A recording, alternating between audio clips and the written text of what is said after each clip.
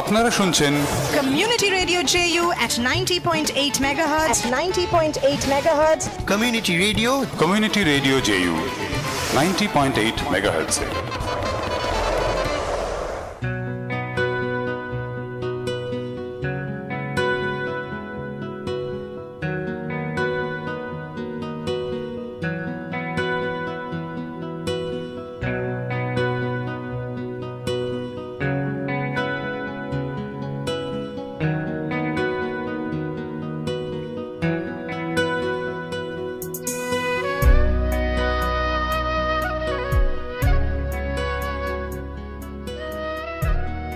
তাহলে বরং একটা করে কবিতা বলি আমরা যার যার ভাষায়।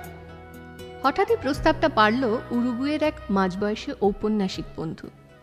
রাত প্রায় 11:30 বাজে। আমরা অপেক্ষা করছি শেষ মেট্রোর জন্য শিকাগোর কোনো এক পাতাল টার্মিনালে।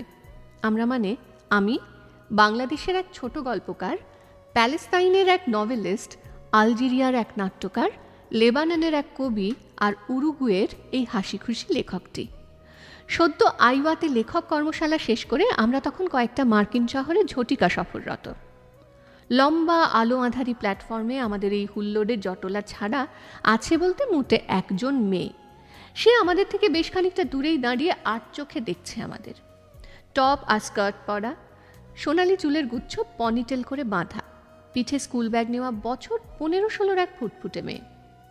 যেমন কথা তেমন কাজ। শুরু হলো কবিতা বলা। একে একে প্রত্যেকেই যার যার ভাষায় প্রিয় কোনো না কোনো কবিতা বলে শোনাচ্ছে। যে বলছে কবিতাটা সে ছাড়া আর কারো পক্ষে তা বোঝা সম্ভব নয়। কেবল আমার আর বাংলাদেশি গল্পকার বন্ধুটির ভাষা এক বলে কিছুটা বাঁচোয়া। সকলের বলা যখন শেষ হলো, ট্রেন আসতে তখনও পাক্কা 5 মিনিট।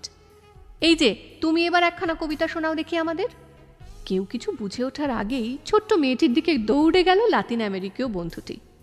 বেচারি এতক্ষণ কান খাটা করে সবার কবিতা বলা শুনছিল, আচমকাই হুকুমের স্বরে কবিতা শোনানোর প্রস্তাব পেয়ে বেশ হকচকিয়ে গেল। আমরাও জড়ো হলাম তার চারপাশে। সে তখন মোটামুটি হাতে পায়ে ধরে পালাতে পারলে বাঁচে। যত সে বলে আমি জানি না একটাও কবিতা। আমাদের অত্যুৎসাহী বন্ধুটি তাকে বলে এ হতেই পারে না, আর তুমি যখন এই প্ল্যাটফর্মেই দাঁড়িয়ে আছো তুমিও এই কবিতা বলবার খেলার অংশীদার, ছাড়াছাড়ি নেই।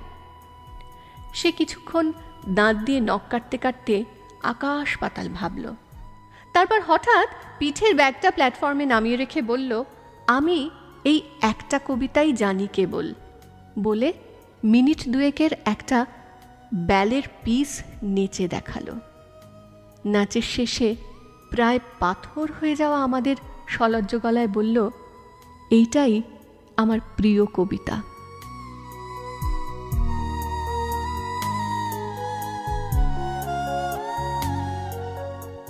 মানুষ যে সমস্ত কথা মুখে বলতে পারে না, আমার মনে হয় সেটা হয়তো কখনো কখনো যখন আমরা লিখে রাখি সেটাই কবিতা। আর সেই কবিতার ভাষা, সেই কবিতার গন্ধ, সেই কবিতার অনুভব আমাদের প্রত্যেকের কাছে আলাদা আলাদা। আর সেই আলাদা আলাদা অনুভূতির মধ্যে আমাদের বলাটাও অনেক সময় আলাদা আলাদা হয়ে যায়। কখনো আমরা নিজের জন্য বলি, কখনো বলি অন্যের জন্য, বা নিজে বলি এরকমভাবে যাতে অন্যের কাছে সেটা এমনভাবে পৌঁছয় যেন মনে হয় যেন আমার কথাই বলছে। কবিতাটা শুনে আপনাদের নিশ্চয়ই এরকম কিছু মনে হচ্ছিল, হয়তো আপনাদেরই গল্প। কে ছিলেন সঙ্গে সেই তার পরিচয়ে আসবো। মনে হয় অনেকেই বুঝতে পেরেছেন, আমাদের রেডিও স্টেশনে তাকে আমরা আগেও পেয়েছি। রয়েছে আজকে এই সংস্কৃতি অনুষ্ঠানে আমার সঙ্গে রিনি বিশ্বাস রয়েছে আমাদের আজকের সংস্কৃতি অনুষ্ঠানে। রিনিদি, তোমাকে আবারও আমাদের রেডিও স্টেশনে স্বাগত জানাই। অনেক ধন্যবাদ। সত্যজিৎ যেটা বললে, আসলে কবিতা এক একজনের কাছে এক এক রকম। মানে আমার ফুল গাছ করার নেশাটাও কবিতা হয়ে যেতে পারে, মানে এটা আমি দেখি এইভাবে। যেমন এই মেয়েটি বলেছে যে তার এই 2 মিনিটের যে নাচের পিসটা, সেটাই তার কাছে জানা একটা কবিতা বা ভালো লাগার কবিতা। বেঁচে থাকাটাও কারুর কারুর কাছে কবিতা হতে পারে। খুব কাব্যিক শোনাচ্ছে বা লোকে বলবে বাবা কীরকম একটা মাথার উপর দিয়ে বেরিয়ে গেল, কিন্তু বিষয়টা তো তাই, কবিতা তো জীবন। সুতরাং তুমি যেভাবে দেখো। আর আমরা যখন খুব আনন্দে থাকি বা খুব দুঃখে থাকি তখনই যেন মনে হয় যে আমাদের ভেতরকার যে একটা কবিসত্তা সেটা যেন ফুটে ওঠে। আর সেই লেখাগুলি যখন পরে গিয়ে পড়ি, যখন হয়তো সেই মুড থেকে আমরা বেরিয়ে একটা অন্য মুডে রয়েছি, তখন মনে হয় যে এরম লেখা আমিও লিখেছিলাম। তার জন্যই মনে হয় যে সত্যি কবিতা হচ্ছে জীবন, জীবনের বাইরে কিছু নয়। আর কবিতা বলাটাও হয়তো তাই। তাই আজকে আমরা তোমার থেকে অনেক কবিতা শুনবো। তুমি যে কবিতাটা বললে, কার কবিতা বললে? আসলে এটা কবিতা না, এটা শ্রীজাতর কবিতা সমগ্রর ভূমিকার একটা অংশ। মানে এটা গদ্য, কিন্তু দেখো বলা, তোমারও মনে হলো যেটা কবিতা। আমি সেটাই বলতে চাইছিলাম, কবিতা মানেই ছন্দ বা কবিতা মানেই মিল নয়, কিন্তু কবিতা মানে কিছু শব্দের পাশাপাশি দাঁড়িয়ে থাকা, কবিতা মানে কিছু অনুভূতির একসঙ্গে থাকা হয়তোবা। তো শ্রীজাতর এই লেখাটা আমার খুব পছন্দের একটা লেখা, যা আমার কবিতা কেন বলি সেই কথাটাকে অনেকটা বলে ফেলে বলে এটা আমি প্রায়শই পড়ি। আর কবিতা বলার ধরন, আমি কারো সমালোচনা করছি না, সেটা বোধহয় কিছু মানুষ এমনভাবেই কবিতা বলেন যার জন্য অনেকেরই কবিতা শুনতে ভালো লাগে না, বা কবিতার থেকে অনেকেই দূরে পালাতেন। কিন্তু সেই ধরনটা হয়তো এখন অনেকটাই পরিবর্তন হয়েছে, তার জন্য এখন অনেক মানুষ কবিতা শুনছেন। আর যাদের কবিতা আমাদের ভালো লাগে শুনতে, মনে হয় যেন জীবনের কথাই বলছে। কবিতা তো আসলে কোনো আরোপিত কিছু নয়, সুতরাং সেটাকে আরোপিতভাবে না বললেও চলে, ঠিক স্বাভাবিকভাবে বললেও চলে। তুমি যেটা বলছো আমি তোমার কথাকে সেকেন্ড করি, যে দেখো এখন এমন হয়েছে যে আমিও কবিতা বলতে পারি, এই সাহসটা আমরা অনেকেই দেখাতে পারছি। মানে আগে যেন কবিতা বলার জন্য একটা আমার মধ্যে নাটক থাকতেই হবে এটা ধরে নেওয়া হতো, বা একটা আলাদা কোনো ফলস ভয়েসে অনেকে বলতাম আমরা, সেইটাও মনে হতো ভীষণভাবে কাঙ্ক্ষিত। কিন্তু তা যে নয়, কবিতা বলতে গেলে সবসময় সেটার প্রয়োজন নাও যে হতে পারে। আমি একেবারেই আগেরটাকে, ওই ধারণাটাকে ধূলিসাৎ করছি এমনটা নয়, কিন্তু আমি বলতে চাইছি যে সেটা ছাড়াও যে কবিতা বলা যেতে পারে বা আবৃত্তি হতে পারে বা পাঠ হতে পারে, সেই ভাবনাটাতে আমরা এখন এসে পৌঁছতে পেরেছি বলে এখন হয়তো আমি, তুমি, আমরা সবাই কবিতা বলছি। হ্যাঁ, আর এই কথাটা আমার বলার কারণ একটাই, কারণ ধরো আমার খুব একটা ছোট থেকে খুব যে পড়বার অভ্যেস ছিল সেটা কখনোই নয়। আমার কবিতার প্রতি ভালোবাসাটা, আমি একমাত্র এখন কবিতাই পড়ি, আর সেটা ভালোবাসাটা জন্মেছে কিন্তু কবিতা শুনে।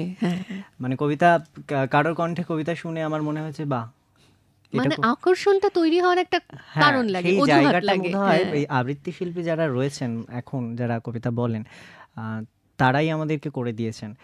আর তোমাকেও পেয়েছি আজকে আমাদের সঙ্গে। আর একটা কিছু শুনি।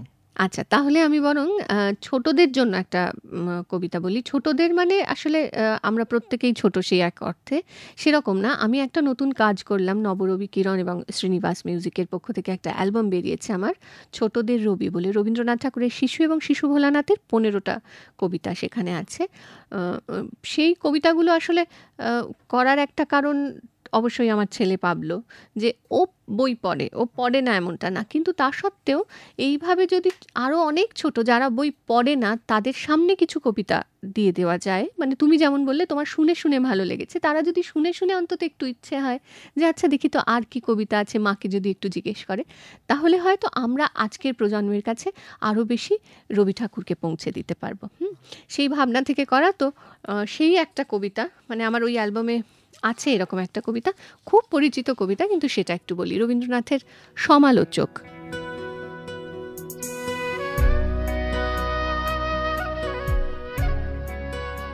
বাবা নাকি বই লেখে সব নিজে, কিছুই বোঝা যায় না লেখেন কি যে।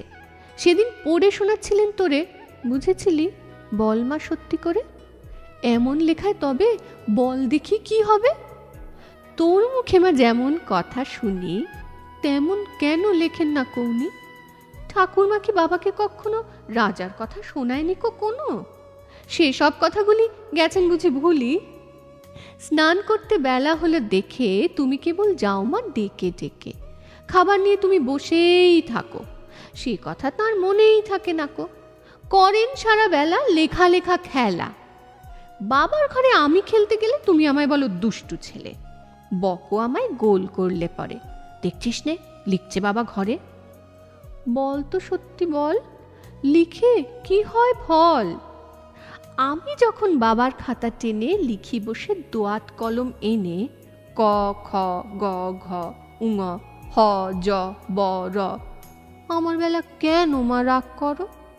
বাবা যখন লেখে কথা কও না দেখে, বড় বড় রুল কাটা কাগজ নষ্ট বাবা করেন নাকি রোজ। আমি যদি নৌকো করতে চাই অমনি বলো নষ্ট করতে নাই। সাদা কাগজ কালো করলে বুঝি ভালো?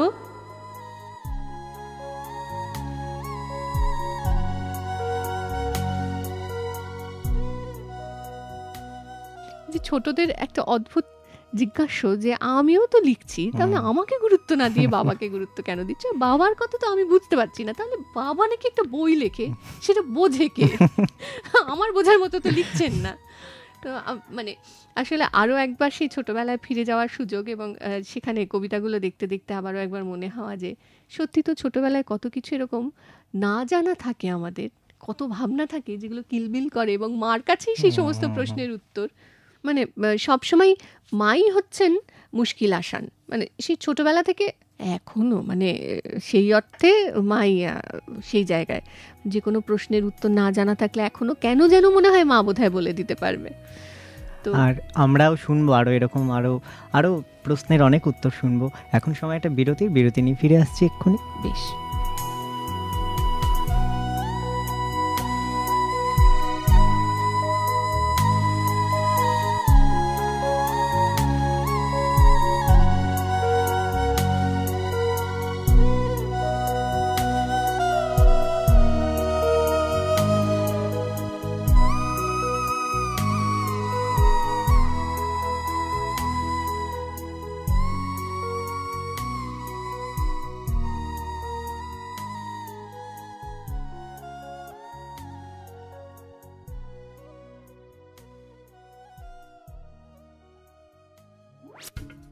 নমস্কার, আমি সব্যসাচী চক্রবর্তী। আপনারা শুনছেন 90.8 JU radio, community radio, JU radio 90.8 আমরা মাঝে মাঝেই শুনে থাকি। আমি আশা করব যে আপনারাও শোনেন, এবং রেডিও শোনাটা নিজের মস্তিষ্কের পক্ষে খুবই ভালো। কারণ আমার ব্যক্তিগতভাবে আমার মনে হয় যে শুধুমাত্র ছবি বই দেখার সময়টা শেষ হয়ে গেছে, সেটা ছোটবেলাকার সময়। যদি বড় হয়ে থাকেন, যদি বুদ্ধি বিবেচনা ব্যবহার করার ইচ্ছে থাকে, তাহলে বই পড়ুন, রেডিও শুনুন, শুনতে থাকুন 90.8 JU কমিউনিটি রেডিও। আপনারা শুনছেন Community Radio JU at 90.8 megahertz. 90.8 megahertz. Community radio JU 90.8 megahertz.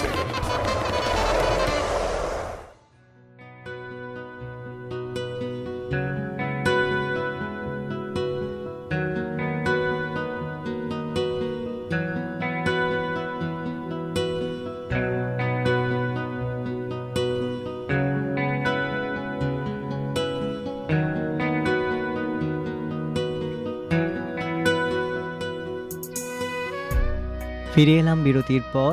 শুনছেন কমিউনিটি রেডিও JU 90.8 মেগাহার্টজে সংস্কৃতি অনুষ্ঠান। আর আমি রয়েছি আজকে আপনাদের সঙ্গে সত্যজিৎ, আমার সঙ্গে রয়েছে রিনিদি। কবিতা শুনছিলাম, কবিতার কথা শুনছিলাম, তোমার নতুন কাজ ছোটদের নিয়ে, তাও শুনলাম। সেখান থেকে আরেকটা কবিতা কি শোনাবে? আচ্ছা, ধরো সেখান থেকে যদি আরেকটা না বলে ছোটদের জন্যই আরেকটা, যদি একটা ছোট বাচ্চার কথা যদি বলি, সেটা ঠিক ছোটদের জন্য নয়, মানে ভাবনাটা আমাদের ক্ষেত্রেই, মানে ভাবনা উস্কে দেবে বলা ভালো, কিন্তু একটা ছোট্ট বাচ্চার কথা। বেশ। কবিতাটির নাম একটি গ্রাম্য দৃশ্য, সুনীল গঙ্গোপাধ্যায়ের লেখা।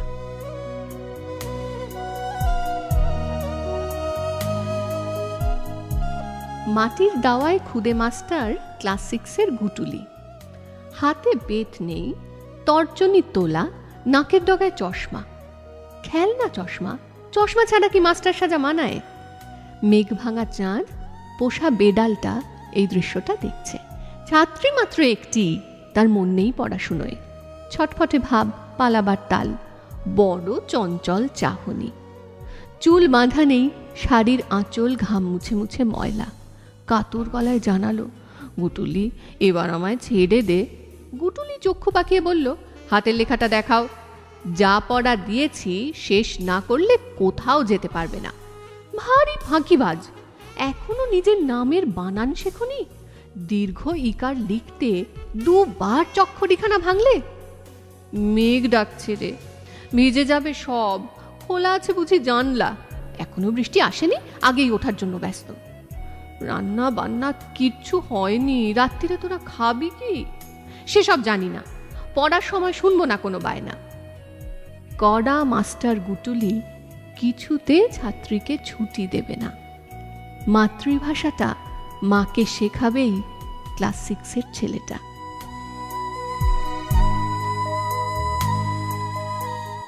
অন্যরকম।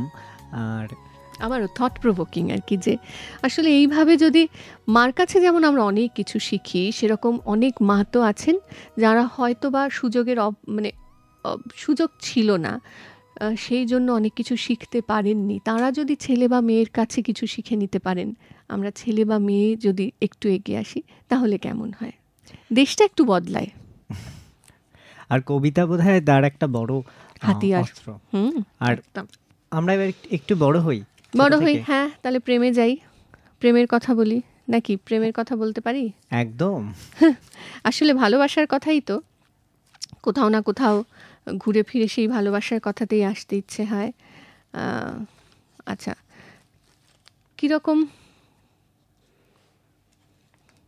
কিরকম বললে ভালো হয় তুমি বলো দেখি। আচ্ছা, তুমি যখন ছোট থেকে একটু বড় হলে, তখন যেই ধরনের কবিতা বলতে খুব ভালো লাগতো বা পড়তে খুব ভালো লাগতো? ছোট থেকে বড় হওয়ার মধ্যে না ভীষণভাবে রবীন্দ্রনাথই ছিলেন। মানে তার বাইরে যে খুব অন্য কিছু পড়েছি, সুযোগ হয়েছে, সেটা আরেকটু বড় হয়ে, মানে ধরো 8, 9, 9, 10 এরকম সময়। তার আগে পর্যন্ত কিন্তু রবীন্দ্রনাথ এত বেশি করে, এবং সুকুমার রায়, সেটাও আমাদের মনে রাখতে হবে। সুকুমার রায়ের কবিতাও তখন ছড়া কবিতা। তারপরে আমার ছোটবেলায় তখন তুমি পড়েছো নিশ্চয়ই তোড়ায় বাঁধা ঘোড়ার ডিম, মানে লিমেরিক, যেটা সত্যজিৎ রায়ের তখন বেরোলো সেই সময়। তো সেইগুলো সমস্ত কিছুই ছিল। কিন্তু ভালোবাসা, প্রেম, এগুলো তো ইউনিভার্সিটিতে আসার আগে খুব একটা, আসলে গার্লস স্কুলে পড়েছি তো চিরকাল, খুব একটা সুযোগ হয়নি বুঝতে পারার আগে।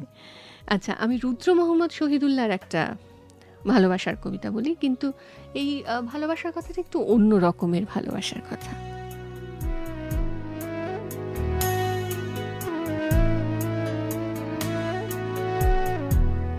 এ কেমন ভ্রান্তি আমার, এলে মনে হয় দূরে সরে আছো, বহু দূরে। দূরত্বের পরিধি ক্রমশ বেড়ে যাচ্ছে আকাশ। এলে মনে হয় অন্যরকম জল, হাওয়া, প্রকৃতি, অন্য ভূগোল, বিষুবরেখারা সব অন্য অর্থবহ। তুমি এলে মনে হয় আকাশে জলের ঘ্রাণ। হাত রাখলেই মনে হয় স্পর্শহীন করতল রেখেছ চুলে। স্নেহ পলাতক দারুণ রুক্ষ আঙুল। তাকালেই মনে হয় বিপরীত চোখে চেয়ে আছো। সমর্পণ ফিরে যাচ্ছে নগ্ন পায়ে, একাকী, বিষাদ ক্লান্ত, করুণ ছায়ার মতো ছায়া থেকে প্রতিচ্ছায়। এলে মনে হয় তুমি কোনোদিন আসতে পারোনি। কুশল শুধালে মনে হয় তুমি আসোনি। পাশে বসলেও মনে হয় তুমি আসোনি। করাঘাত শুনে মনে হয় তুমি এসেছ। দুয়ার খুললেই মনে হয় তুমি আসোনি। আসবে বললে মনে হয় অগ্রিম বিপদ বার্তা, আবহাওয়া সংকেত 8, 9, নিম্নচাপ উত্তর পশ্চিম। এলে মনে হয় তুমি কোনোদিন আসতে পারোনি। চলে গেলে মনে হয় তুমি এসেছিলে।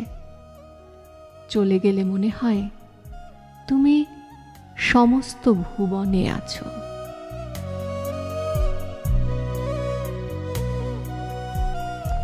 মনটা একটু অন্য রকমের একদম, মানে ভালোবাসা, কিন্তু এই ভালোবাসাটার মধ্যে একটা কিরকম যেন একটা আছে। কবিতাটার নামও এ কেমন ভ্রান্তি আমার। আচ্ছা, তোমার কি মনে হয় সত্যি ভালোবাসার মধ্যে ভালোবাসাটুকুই শুধু থাকে কি, নাকি শুধুই এরকম অনেক কিছুই আছে যেটা মুখে বলা যায় না, এরকম অনেক ফিলিংস গুলি মনে হয় আছেই তো। মানে ধরো ভালোবাসার মধ্যে এমন অনেক কিছু আছে যেটা মুখে বলা যায় না। ভালোবাসার মধ্যে একতরফা ভালোবাসা অনেক ক্ষেত্রে থাকে, অনেকটা অনুচ্চারিত ভালোবাসা অনেক ক্ষেত্রে থাকে, প্রত্যাশা না করে ভালোবেসে যাওয়া থাকে।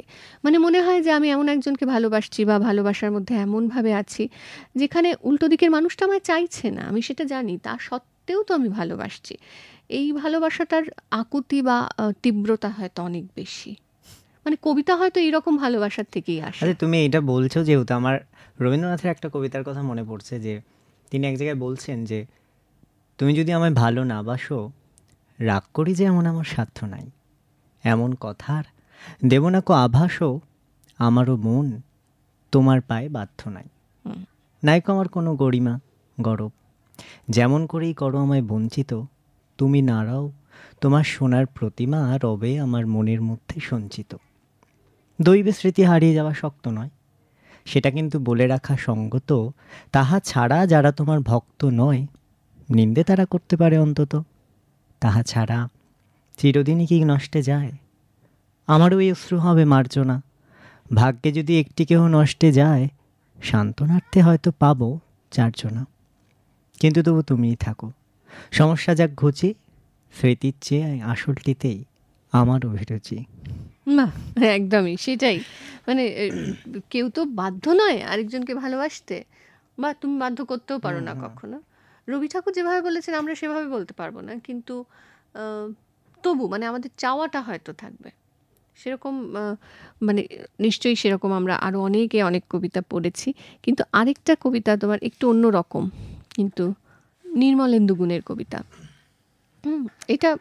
এটাও মানে তুমি খুঁজলে সেই ভালোবাসাই পাবে, ছবিটা অন্য হয়তো। ফুলের মতো দেয়ালটাতে একটি প্রজাপতি দুঃসাহসে বসলো এসে আলোর মুখোমুখি। চিত্রিত নয়, কালো রঙের পাখনা দুটি মেলে। এবার বুঝি এলে। দেয়াল জুড়ে লাগলো তার ঘরে ফেরার কাঁপন, প্রাণের মাঝে ফিরল বুঝি চিরকালের আপন। ভালোবাসার অর্ঘ্য দিয়ে মৃত্যুখানি কেনা, শেষ করেছি প্রথম দিনে, হয়নি শুধু চেনা। চোখের পাশে দেয়ালটিতে বসলে তুমি যেই, হঠাৎ চেনা পাখার রেণু আঙুল ভরে নেই। এমন করে পরের ঘরের দেয়ালে কেউ বসে, হঠাৎ যদি ভালোবাসার পলেস্তারা খসে। আলিঙ্গনে বন্দি করে প্রতীক বাহু পাশে, হঠাৎ যদি এই আমাকে অন্যে ভালোবাসে। রূপান্তরে পুরি তোর ক্লান্ত দুটি ডানা, চিত্রিত নয়, কালো রঙের পৃথিবী এক টানা। আমি কেবল আমি কেবল আমি কেবল দেখি ভালোবাসার দেয়াল জুড়ে একটি প্রজাপতি।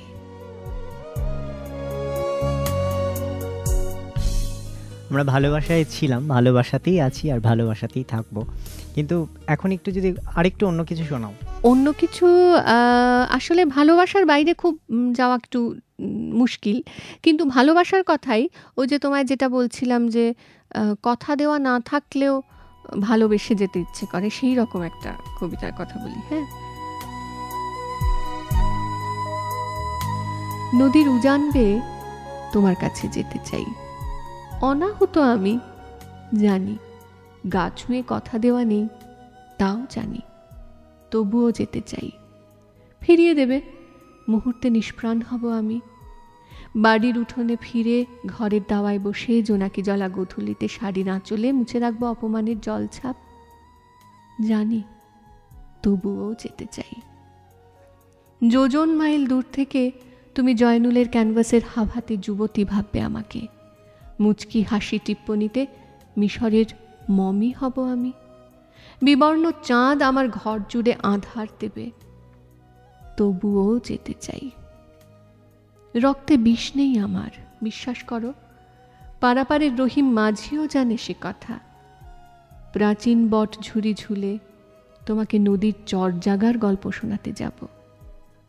আষাঢ়স্য প্রথম দিবসের প্রেম কাহিনীর মতো নয়, লজ্জার দায়ভার আর বিচ্ছেদের বুননের মতো তোমাকে নদীর পাড় ভাঙার গল্প শোনাতে চাই। তুমি চাইবে না জানি, তবুও যেতে চাই আমি। কান পাতো, নদী জলে ছলাৎ ছলাৎ বৈঠার ডানা ঝাপটানো শোনো। মাঝি গান ধরেছে, কচুরিপানায় মাছরাঙা। তুমি চেয়ে দেখো, নদীর উজান ভেঙে তোমার কাছে যাচ্ছি। কথা দেওয়া নেই, প্রতিজ্ঞা নেই কোনো, তুমি চাও না তাও জানা, তবুও যেতে চাই।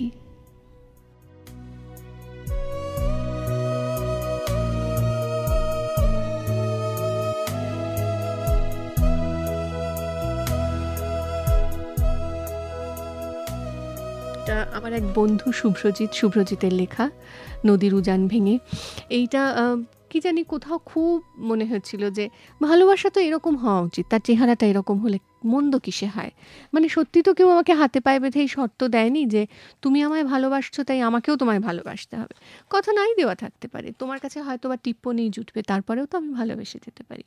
আর এরকম ভালোবাসাই তো কোথাও শেষের কবিতা হয়, এরকম ভালোবাসাই তো কোথাও অমর প্রেমের কথা হয়ে থেকে যায়। সেই মানে ভালোবাসার যেই ভালোবাসা পূর্ণতা পায় না সেই ভালোবাসাই মনে হয় আমাদের সকলের কাছে বেশি কি বলবো পপুলার হয়ে ওঠে। একদম, মানে আমরা বেশি যত্নে তাকে রাখি, তো আজ করি। আর আমাদের খুব ইচ্ছে করছে যে তোমার সঙ্গে আরও গল্প করতে, আরও অনেক কিছু শুনতে, কিন্তু সময়ের কাছে বাঁধা আমরা। একদমই। তোমাকে আবারও তো পাচ্ছি আমরা আমাদের মধ্যে, আর তাই আজকের অনুষ্ঠান শেষ করব তোমার আরও একটা কবিতা শুনতে শুনতে।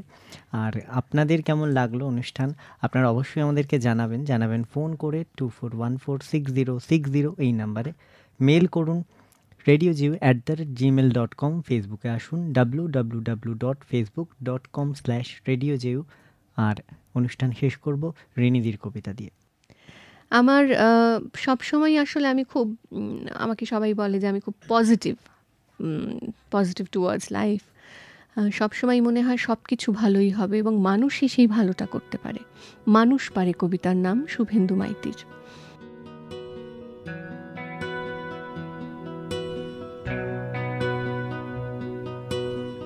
তার ইচ্ছে হলেই নিজের মতো একটা ছবি আঁকতে পারে, তার ইচ্ছে হলেই খুশির হাতে নিজের দুহাত রাখতে পারে। অন্ধকারে হাতড়ে চলা অসৎ পথিক পথ ভোলাচ্ছে কোথাও একটা পথ ভোলা দিক। সুখ ভাসছে থিতু জলে ঝিলিক মিলিক, নাম না জানা জ্যোৎস্না ভাসি নদীর চরে। সুখ মানে ভালো থাকা যোগবিয়োগের অঙ্ক কষে? সুখ মানে কি ময়না বলি সোনার খাঁচার দাঁড়ে বসে? আজ সুখের অসুখ, সময় ঘোড়ায় উল্টো চাকা, পাগলা ঘোড়ার সওয়ার হয়ে ছুটতে থাকা। সুখ মানে তো সবাই মিলে ভালো থাকা, সেই সুখ সুলুকের হদিশটিতে মানুষ পারে, যার ইচ্ছে হলেই খুশির হাতে নিজের দুহাত রাখতে পারে।